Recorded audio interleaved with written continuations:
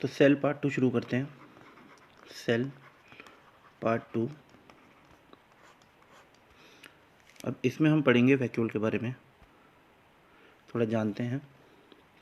देखिए, वैक्यूल के बारे में आपने सुना ही होगा। वैक्यूल जो होती है वो प्लांट सेल में भी होती है और एनिमल सेल में भी होती है।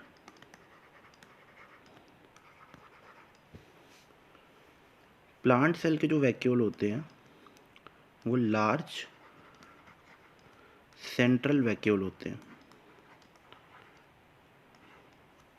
मतलब काफ़ी बड़ा वैक्यूल होता है और सेंटर में होता है। एनिमल सेल का जो वैक्यूल होता है वो स्मॉलर होते हैं साइज में as compare to plant cell vacuole. अब डायग्राम से इसको हम समझने की कोशिश करते हैं। देखिए, जैसे ये सेल है,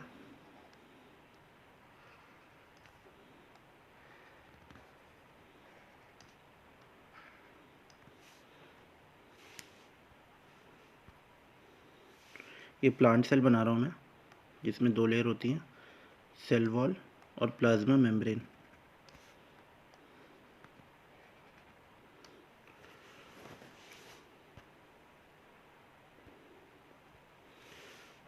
अब प्लांट सेल में क्या होता है कि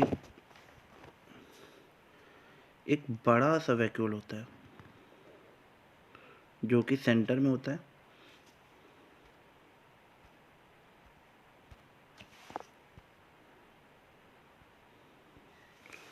और न्यूक्लियस जो होगा वो बिल्कुल साइड में छोटा सा होता है।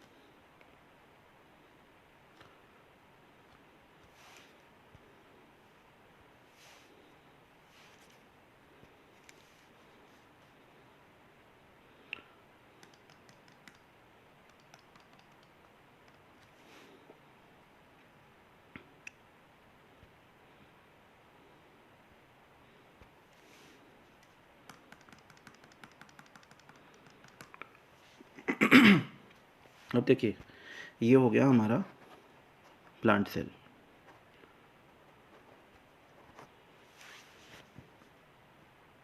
इसको हम कहेंगे सेल वॉल।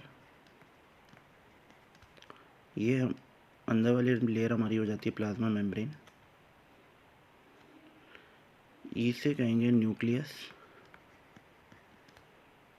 ये हमारा साइटोप्लाज्म हो गया।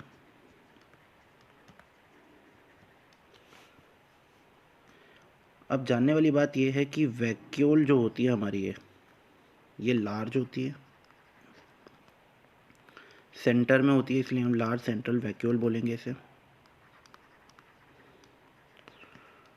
और एक चीज़ इम्पॉर्टेंट है, इसमें क्या होता है, इसके ऊपर एक लेयर होती है जिसे हम क्या कहते हैं, टोनोप्लास्ट। तो वैक्यूल के ऊपर एक जो लेयर होती है जो प्लाज्मा मेम्ब्रेन होती है, उसे हम टोनोप्लास्ट कहते हैं। Have plasma membrane called tonoplast. बहुत इंपॉर्टेंट है, ये आपको याद रखना है, टोनोप्लास्ट। नेक्स्ट आते हैं, अगर हम इसकी बात करें तो इसके अंदर जो होता है, वैक्यूल के अंदर जो भरा हुआ है, इसे हम कहेंगे सेल सैप। सेल सैप कहेंगे इसको हम। न्यूक्लियस और साइटोप्लाज्म की बात करें तो ये बिल्कुल पेरीफेरी पे होते हैं, present at periphery, that's why it is called, इसीलिए हम इसको क्या कहते हैं, इसीलिए हम इसको कहते हैं प्रीमोर्डियल यूट्राइकल। प्रीमोर्डियल यूट्राइकल, यूट्राइकल, ये भी बहुत इम्पोर्टेंट है। तो ये चीज़ आपको जाननी बहुत ज़रूरी है कि वैक्यूल जो होता है वो प्लांट सेल एनिमल सेल दोनों में होता है। लार्ज होता है प्लांट सेल में, स्मॉलर होता है एनिमल सेल में। ये प्लांट सेल का डायग्राम देख लेते हो तो बाहर सेल वॉल होती है, अंदर प्लाज्मा मेम्ब्रेन होती है। ये हमारा वैक्यूल आ जाता है, लार्ज होता है, सेंटर पे होता है, इसलिए लार्ज सेंट्रल वैक्यूल बोलेंगे इसको। और इसके ऊपर ये जो प्लाज्मा मेम्ब्रेन रेड कलर की आपको दिख रही है, ये होता है टोनोप्लास्ट। तो इसी को हम टोनोप्लास्ट कहते हैं, ये आपको याद रखना है। इसके अंदर एक मटेरियल भरा हुआ है जिसे हम क्या कहते हैं, सेल सैप। इस न्यूक्लियस और साइटोप्लाज्म की अगर हम बात करें तो ये बिल्कुल पेरीफेरी पे हैं, और इसीलिए इसको हम प्रीमॉर्डियल यूट्राइकल कहते हैं।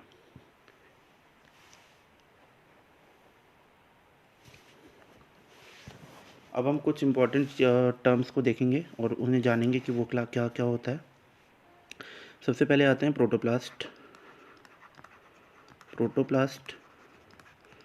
तो प्रोटोप्लास्ट की अगर हम बात करें, जब सेल वॉल जो होती है रिमूव हो जाती है सेल से, तो क्या बचता है, प्रोटोप्लास्ट बचेगा हमारे पास। और इसको दिया था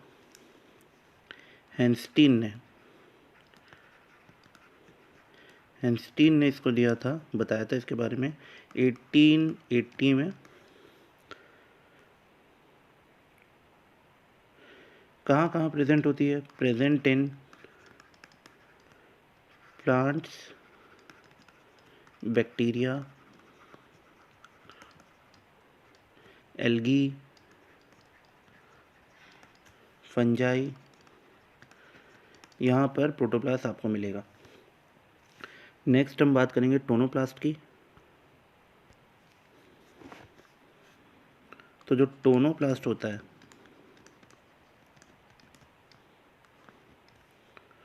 टोनोप्लास्ट जो होता है वो प्लाज्मा मेम्ब्रेन होती है ऑफ वैक्यूल।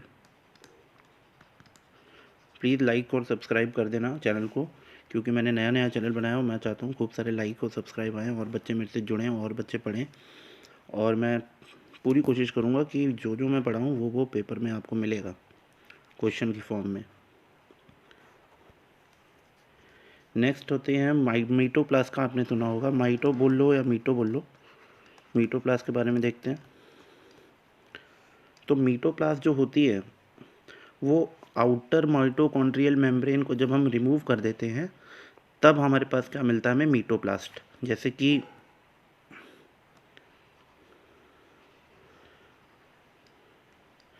ये एक मेम्ब्रेन हो गई,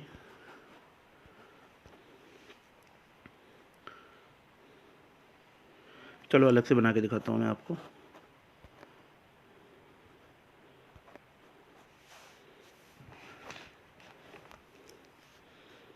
मीटोप्लास्ट इम्पॉर्टेंट है, ये आपको पता होना चाहिए मीटोप्लास्ट क्या होता है।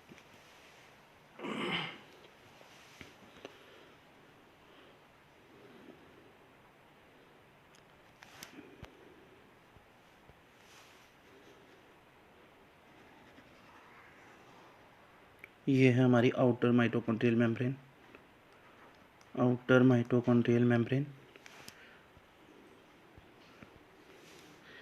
इसके अंदर कुछ फिंगर लाइक प्रोजेक्शंस होते हैं।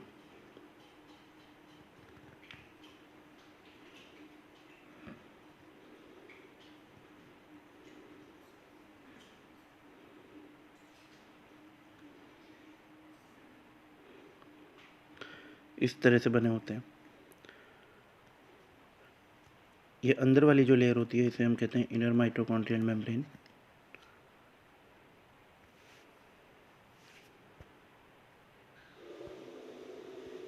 तो जब हम इसको रिमूव करेंगे, इसी को हम क्या कहेंगे, ये आउटर मेम्ब्रेन को जब हम रिमूव कर देते हैं तब वो क्या बन जाता है, मीटोप्लास्ट। अब ये जो फिंगर लाइक प्रोजेक्शंस हैं आपको दिख रहे होंगे, ये फिंगर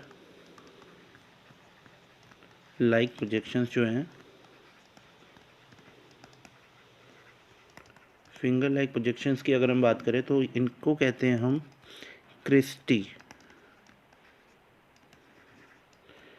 और ये क्या काम करती हैं, ऑक्सीडेटिव फॉस्फोराइलेशन। Oxidative phosphorylation